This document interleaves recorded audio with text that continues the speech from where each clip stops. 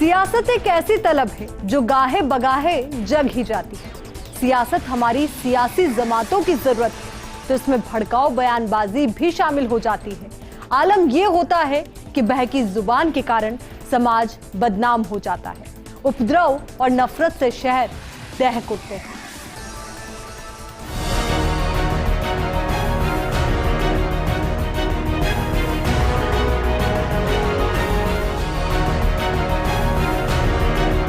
नुपुर शर्मा विवादित बयान की आरोपी। देश के प्रधानमंत्री 10 दिन के बाद बोले इसको हटा दो, इसको सस्पेंड करो। अगर आज मैं नरेंद्र मोदी के बारे में अनपार्लियामेंट्री लैंग्वेज को इस्तेमाल करूं तो कल सुबह से बीजेपी वाले ओवैसी को पकड़ो, ओवैसी को पकड़ो। असदुद्दीन ओवैसी भड़काऊ बयान के आरोपी। आप बताइए, 10 दिन के बाद मोदी को ख्याल आया, हम पुकार रहे हैं, बोल रहे हैं, मगर टस से मस नहीं होते मित्रों। और कब हरकत में आते हैं? हरकत में कब आते हैं? जब कतर में कुछ होता है, सऊदी अरब में कुछ होता है, अरब इमारात में कुछ होता है, बहरीन में कुछ होता है। मौलाना मोहम्मद नदीम धर्म के नाम पर समाज को बांटने के आरोपी। मेरे नबी की शान में अगर एक लफ्ज भी बोला तो याद रख लो, जबान काट ली जाएगी। हाथ उठाओगे हाथ काट लिया जाएगा, उंगली उठाओगे उंगली काट ली जाएगी, निगाहें भी उठी ना तो निकाल कर बाहर फेंक देना। कि नामूस के जो शान में गुस्ताखी की है उसका बदला हम लेना जानते हैं। तीसरा जुमला, हज़रात गिरामी कद्र, बात जब नामूस की आती है तो हमने तारीख में देखा है सहाबा ने अपनी जानें कुर्बान की है। तो हम भी अगर मौका आएगा तो सब कुछ बर्दाश्त कर लेंगे। तुम मुझे गाली दो, बर्दाश्त है। तुम मेरे वालिदैन को गाली दो, बर्दाश्त है। तुम मेरे खानदानों को बुरा कहो, बर्दाश्त है। लेकिन मेरे नबी की शान में अगर एक लफ्ज भी बोला तो याद रख लो, जबान काट ली जाएगी। भड़काने के आरोपी सियासत की ऐसी तलब से लबरेज है जो गाहे बगाहे जाग उठती है। सियासत इन सियासी जमातों की जरूरत बन गई है। इसमें भड़काऊ बयानबाजी पूरी तरह से शामिल हो जाती है। आलम ये होता है कि बहकी जुबान के कारण समाज बदनाम हो जाता है। उपद्रव और नफरत से शहर दहक उठते हैं। ताजा मामला कानपुर का ही। कुछ ही महीनों पहले नुपुर शर्मा की बयानबाजी ने सियासी शोले ऐसे भड़काए कि देश के एक नहीं, दो नहीं, बल्कि कई राज्य आगजनी और दंगों के शिकार हो गए। नतीजा ये हुआ कि कई लोग घायल होकर अस्पताल पहुंच गए, तो कई शहर दंगों का शिकार होकर उजड़ गए। किसी के रोजगार के साधन बंद हो गए, तो कई दिनों तक लोग घरों में कैद होने को मजबूर हुए।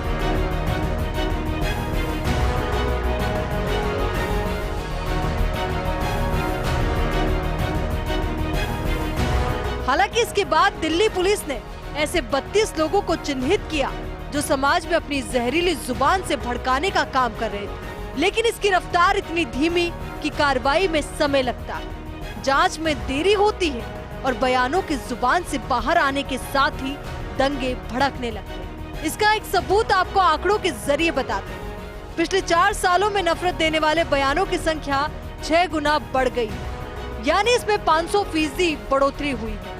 भारतीय अपराध रिकॉर्ड ब्यूरो के आंकड़ों के मुताबिक भारतीय दंड संहिता की धारा 153A धर्म, जाति, जन्म स्थान, निवास स्थान, भाषा के आधार पर 2 अलग अलग समूहों के बीच शत्रुता को बढ़ावा देने के अंतर्गत दर्ज होने वाले मामलों की संख्या साल 2014 से 2020 के बीच 6 गुना हो गई। पिछले 7 साल में इस तरह के सबसे कम मामले 2014 में आए थे, जब केवल 323 मामले दर्ज हुए। 2020 में ऐसे सबसे अधिक 1804 मामले दर्ज किए गए।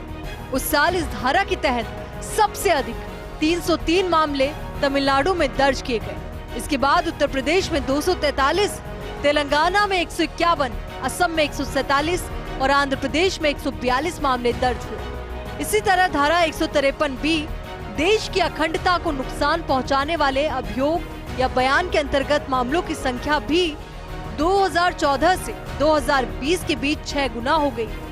2014 में ऐसे 13 मामले दर्ज हुए थे और 2020 में 82 मामले आए।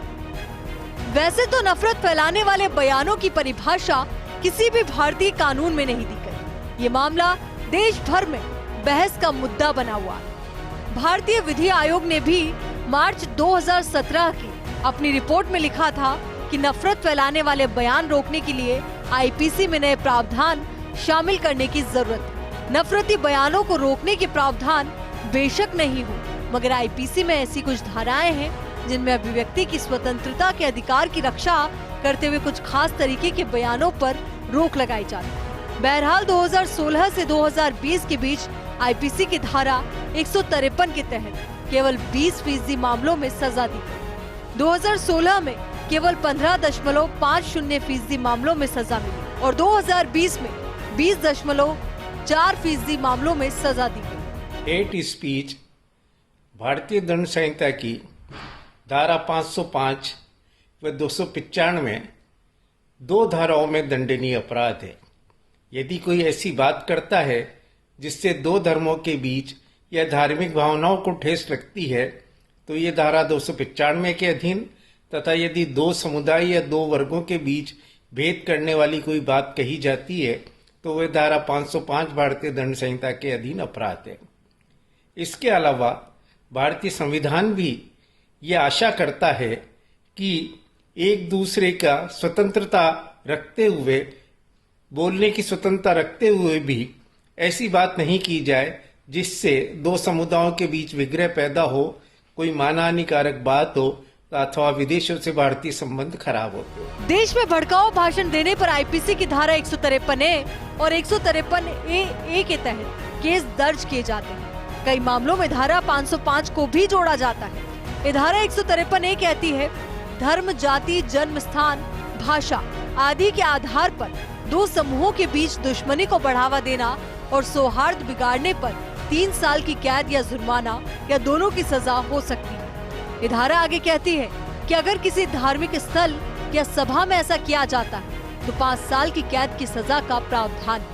धारा 505 के तहत भड़काऊ बयान देना अपराध है। धारा 505A के तहत अगर एक समुदाय को दूसरे समुदाय के खिलाफ अपराध करने के लिए उकसाया जाता है और शांति भंग होती है तो ऐसे में 3 साल की कैद की सजा का प्रावधान है। वहीं 505(2) में प्रावधान है कि दो वर्गों के बीच दुश्मनी, घृणा और द्वेष पैदा करने वाले बयान देना अपराध है।